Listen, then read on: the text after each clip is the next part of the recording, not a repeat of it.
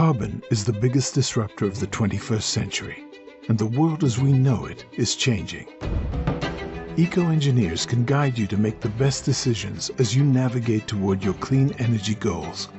Our diverse team of carbon analysts, engineers, scientists, auditors, and regulatory specialists are trusted advisors of the clean energy fuel sectors worldwide. Clean energy regulations are a maze. We simplify them with an unbiased approach and fully manage your compliance. Modeling your carbon reduction is complicated. We quantify your emissions with a rigor based in science. Together, we can create markets that will protect and grow your investment. We create sustainable solutions for a better tomorrow. We are EcoEngineers.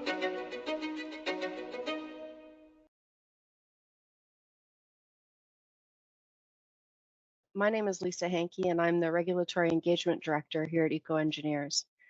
On August 16, 2022, President Biden signed the Inflation Reduction Act into law. Also known as the IRA, it's said to be one of the most significant climate legislation in U.S. history, offering funding, programs, and incentives to accelerate the transition to a clean energy economy. According to a statement issued by the White House, the Inflation Reduction Act is aimed at building a better America and delivering on the president's vision to make sure the United States is the global leader in clean energy technology, manufacturing, and innovation. The Inflation Reduction Act's $370 billion in investments is intended to lower energy costs for families and small businesses, accelerate private investment in clean energy solutions in every sector of the economy in every corner of the country, while creating good-paying jobs and new economic opportunities for workers. The news has been thick with stories about global corporations now planning to build manufacturing facilities in the US, as opposed to other potential EU locations, all due to the IRA. Auto manufacturers have been particularly vocal about their plans to take advantage of these incentives. But what does that mean for your company? EcoEngineers is actively engaged in the analysis and now monitoring of the implementation of the IRA. Though this expansive law provides ample information for clean energy producers, there are still many unknowns that we're working closely with Treasury and industry to bring you answers on. Now, Roxby Hartley, our Climate Risk Director, was going to tell us a little bit more. Roxby, can you tell us at this point what we know and what we're still waiting to find out?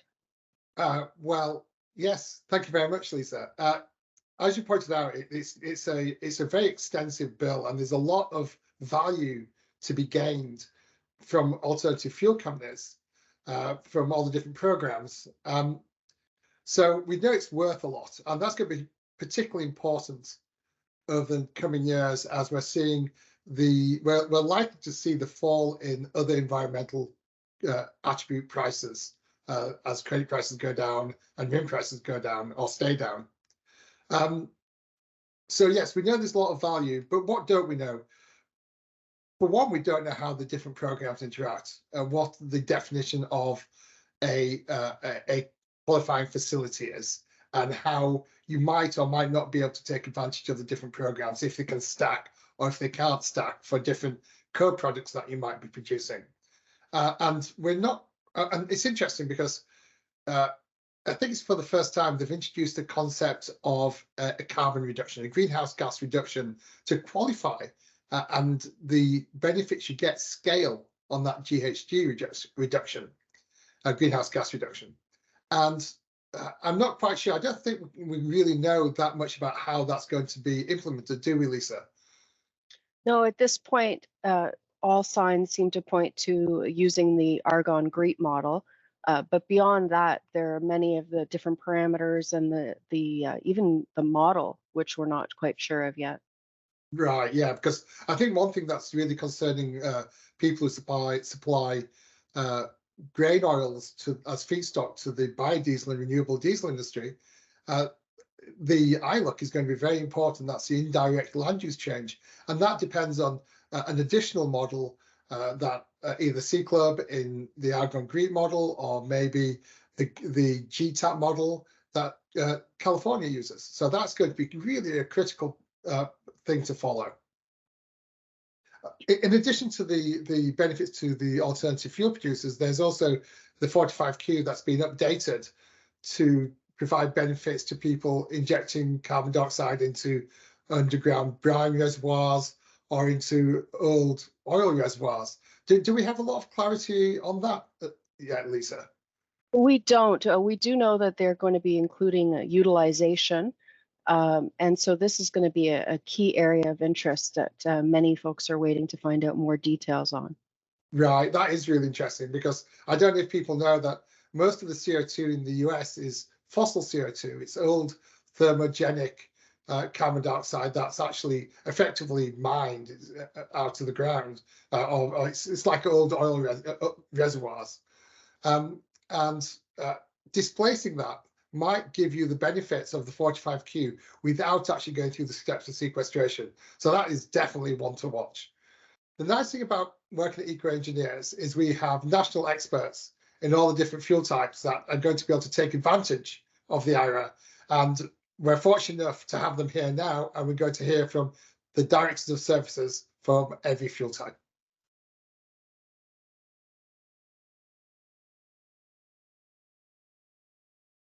Look, the IRA is probably one of the most significant pieces of legislation since the RFS for biofuel producers, which will allow them to remain competitive in their respective markets. The IRA is driving new technologies, new investments, and ultimately it advances efforts to lower greenhouse gas emissions for a cleaner environment in which we live.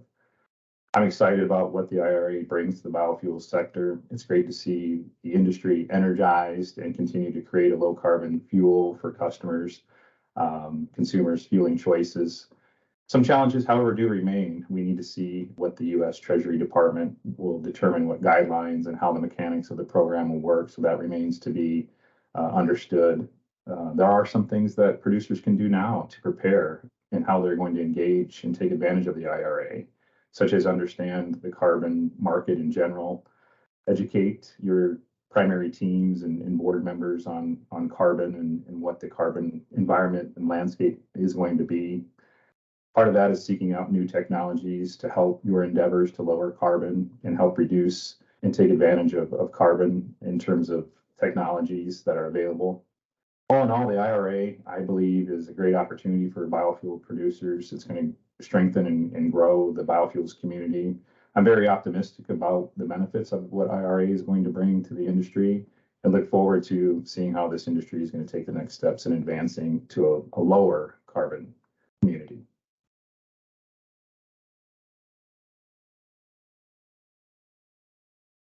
The IRA has the potential to further advance the production of renewable diesel and sustainable aviation fuels in the US. It has the potential to make the production of ultra-low CO2 cost-effective.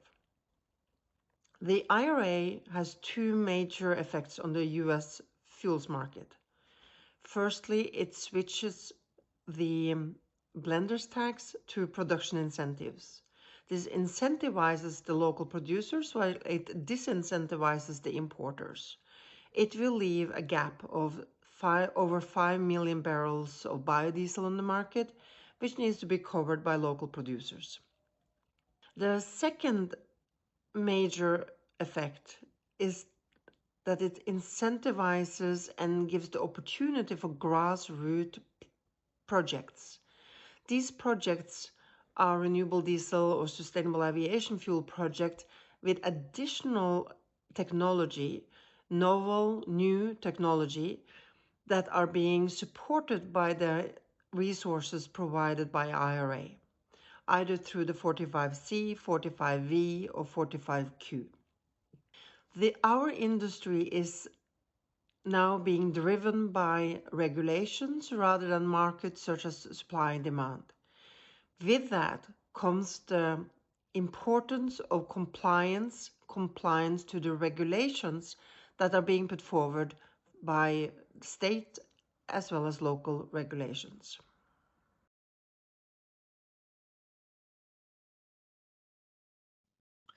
In the electricity space, the IRA is chock full of goodies. It can be broken down into three categories of benefits: energy production, energy efficiency, and electrification in transportation. Let's start with energy production. Clean energy project developers such as wind, solar, hydro, etc., can take advantage of either a production tax credit or an investment tax credit. The production tax credit provides up to 30% of the total project cost, and the investment tax credit pays out on a per kilowatt basis for what is produced. These credits are mutually exclusive, so a developer would have to choose between the two. What's really important about these credits are that they are established for the next 3 years, which will stimulate the industry to implement new projects. These credits have existed from time to time over the past 30 years, but they've been on a short-term basis or even retroactively in some cases. This time, developers will have much more reasonable lead time to plan and implement these projects. In the energy efficiency space, there are credits for implementing equipment and factory upgrades in many types of energy-intensive industries, such as cement production, steel manufacturing, even petroleum refineries would be able to take advantage. These incentives are mostly in the form of a 30% tax credit on the total cost of energy for these retrofit projects. And in the electric vehicle space, there are a variety of benefits which really enhance the Biden administration's goals to move the country to a zero-emission electric vehicles. The purchase of new electric vehicles will provide a $7,500 tax credit to the EV buyer. In addition, for the first time, purchasers of used electric vehicles will be eligible for a tax credit of $4,000. There are incentives available to defray the cost of heavy and medium-duty vehicles, such as school buses, refuge handlers, and work trucks.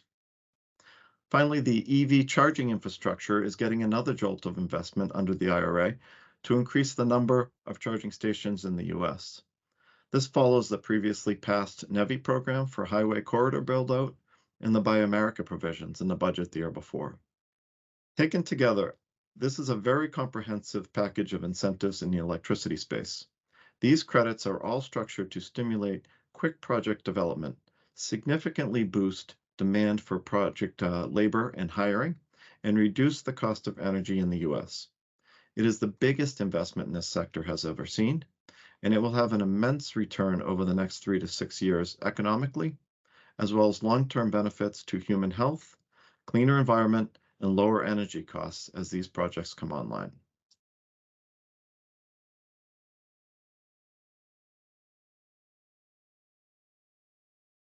The IRA is having an impact on renewable natural gas and biogas projects in general. The expansion of the investment tax credit to biogas equipment and interconnection equipment is the most significant of these changes. Previously, biogas projects that were generating electricity qualified for a renewable electricity investment tax credit. That investment tax credit has also been extended with the IRA. So essentially, biogas projects that are going to generate renewable natural gas or renewable electricity will both qualify for the investment tax credit. This is a really interesting development as renewable natural gas projects are essentially finding another source of revenue or sort of an uplift in projects where credit pricing is potentially a struggle or slightly lower right now. And renewable electricity projects are seeing potential revenues from the ITC, but also from the expansion of the ERIN program that was proposed by the EPA in late 2022 and will potentially become rule sometime in 2023, and credits being generated in 2024. The other piece of the IRA that affects existing renewable natural gas projects is the production tax credit. And essentially, this credit is a credit to projects or a reward to projects that are already operating and missed the investment tax credit because they were already constructed and generating fuel, but they'll qualify for a production tax credit on the volume of renewable natural gas produced and used in vehicle fueling. And finally, there's the continuation and expansion of a tax credit for CNG vehicle fueling and expansion of the credit for equipment to expand stations and the ability for fleets to convert their fleets to compressed natural gas. The other piece of the IRA that has sort of a secondary effect on biogas in general is the large volume of projects and credits that are available for hydrogen. And those hydrogen projects will likely be looking to renewable natural gas as a feedstock. And so Tanya Peacock will talk more about the IRA's impact and what it's doing for hydrogen projects, but our renewable natural gas will likely be a feedstock for one of these future fuels like hydrogen.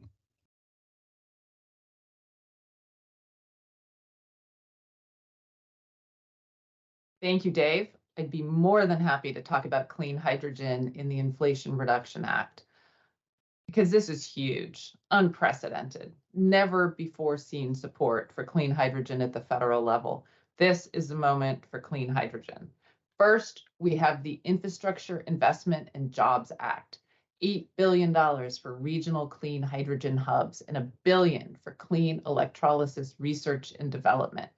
And then we have the Inflation Reduction Act with $370 billion to support clean energy solutions.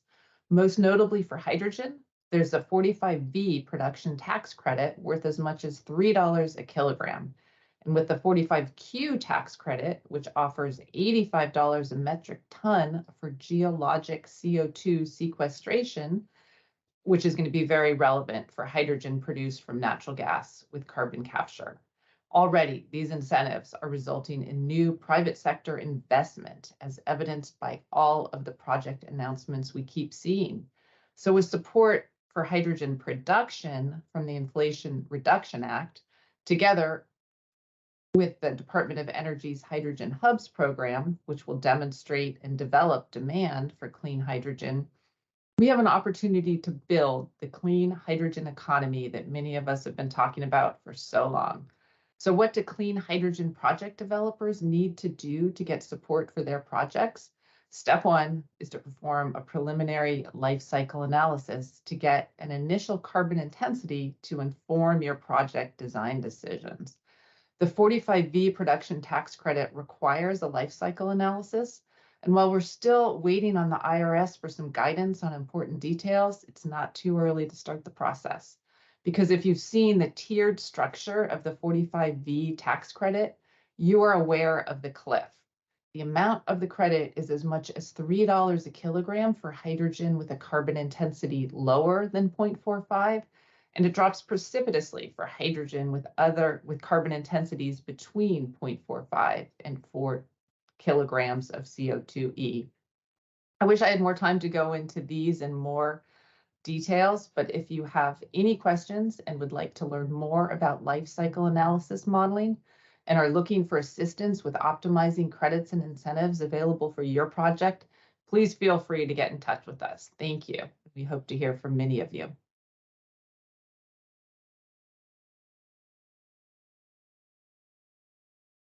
Hi, everyone, and I'd like to welcome our panelists back. Thank you for attending the webinar and listening to what our experts had to say. I want to mention that we've been working on a deliverable for everybody that has attended the webinar as well. And it is going to be a PDF table that lays out the basics of each of the 45 Qs, Zs, and Vs, and which projects are affected and kind of what the timing is on some of those. We'll be emailing those out to everybody that attended once we've finalized a couple things. But before we do that, I don't want to take up too much time for the Q&A session, so I'm just going to throw some questions out here. So right now it says, we have a lot of confusion on the US made requirements for RNG projects. Any clarity on what US made will require? I don't know if you know that one under the existing or previous regulations, Roxby, what qualified as US based. I believe it's the lower 48 states, but I think potentially the Alaska and Hawaii projects didn't qualify previously because of the interconnection to the gas grid, but it's something we can probably follow up with Treasury. There's a lot of questions here about how the ITC and the PTC work together and what limits they pose for utilization of the 45Q. Roxby, do you have an audio? I'll jump in. I don't think we're quite sure exactly how all the different programs are going to interact. We're waiting for guidance to understand what we can and can't do with different projects. How about timing? Do we have any timing of when these rules might be finalized, or once we can get all more clarity on these rules?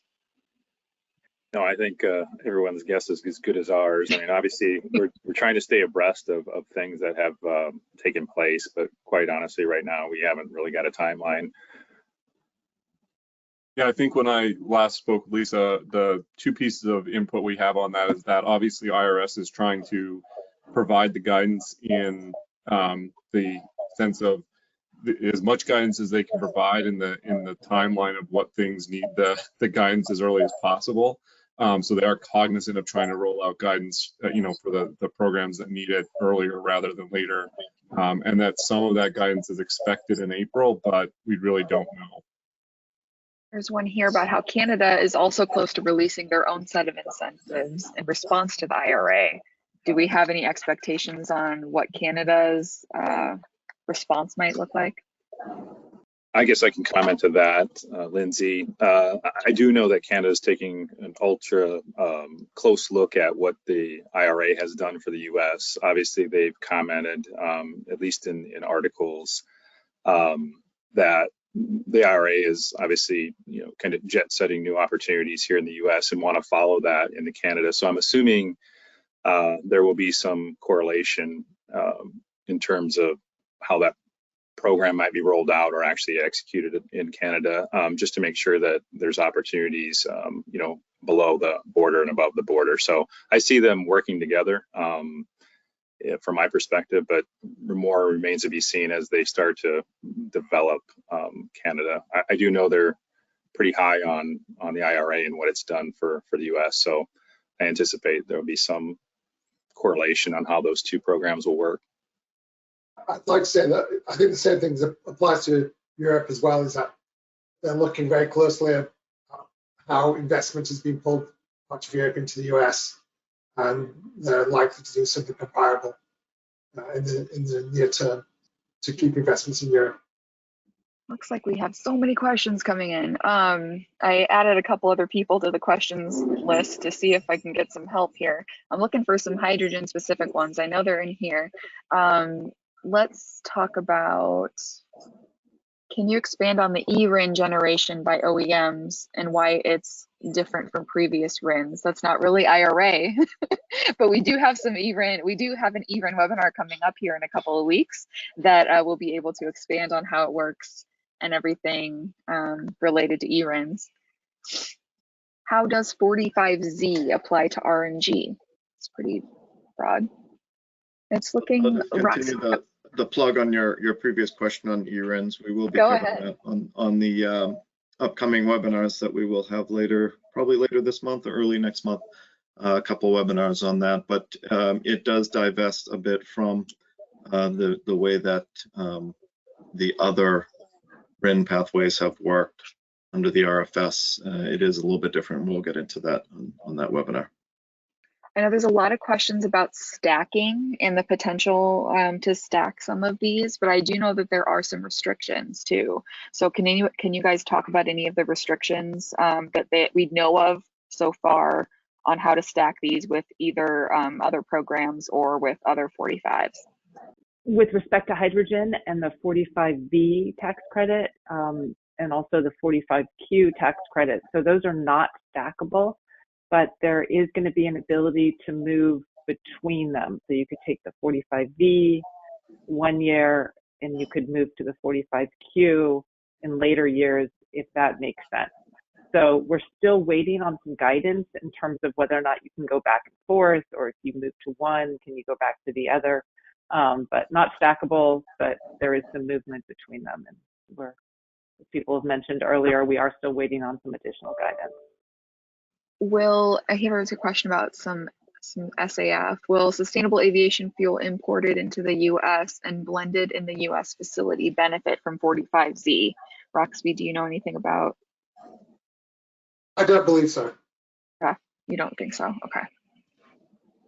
Yeah, I think in the rules, Lindsay, a lot of these are saying that it has to be domestically made. So I think that's a stipulation within the policy, or excuse me, in the guidelines that are going to come out. Right, because I think that was along the original blenders tax credit was to encourage investments in US industry, and the fact that it could be used for overseas fuels, I don't think was part of the original plan for the program, and that corrects that error. Well, here's a question too. For US made, for that US made comment, what percentage of equipment must be manufactured in the USA? Is this on a per equipment basis or on a whole project basis? Is there a limit on the equipment for creating these biofuels? Yeah, I believe that's actually some of the answers that need to come out. I know Europe in particular was up in arms when this was released because it seemed very restrictive and would box out our trading partners. So I think that's language that is a little bit unclear right now in terms of how much needs to be US made content and what that means. I have a question here asking for emails for the presenters. They will be included in an email that's sent out to you guys with the recording and a survey afterwards. So if you have any specific questions, you'll be able to contact them directly. What CI calculation methodology on hydrogen production will be used for 45V? I think we're still waiting on CI methodology, right, Tanya? Well, so it's a life cycle analysis to determine the carbon intensity of the produced hydrogen based on a well to gate framework. What we're still waiting on, so that means all of the upstream inputs to the point of production.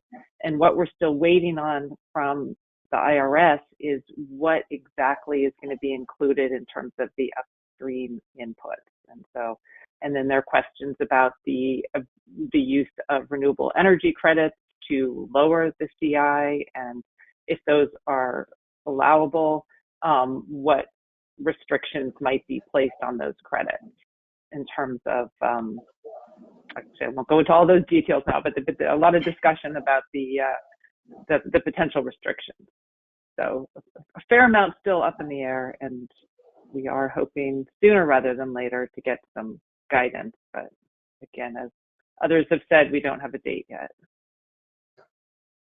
We know it's going to be, we've got a very high suspicion it's going to be the GREET model, whether it's going to be a table lookup like the standard California pathways for different CI scores, whether there'll be facility-specific CI scores, feedstock-specific CI scores, we don't know yet.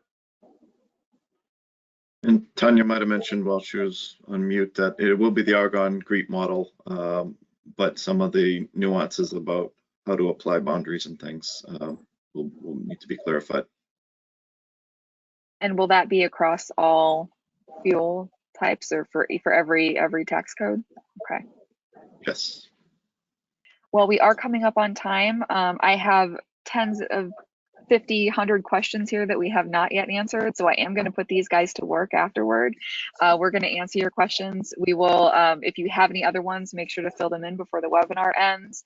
We'll reach back out to you. And again, you'll be getting an email with everybody's email addresses and the survey, and also recording for the video if you were unable to hear the sound or anything like that. So thank you very much for attending our webinar.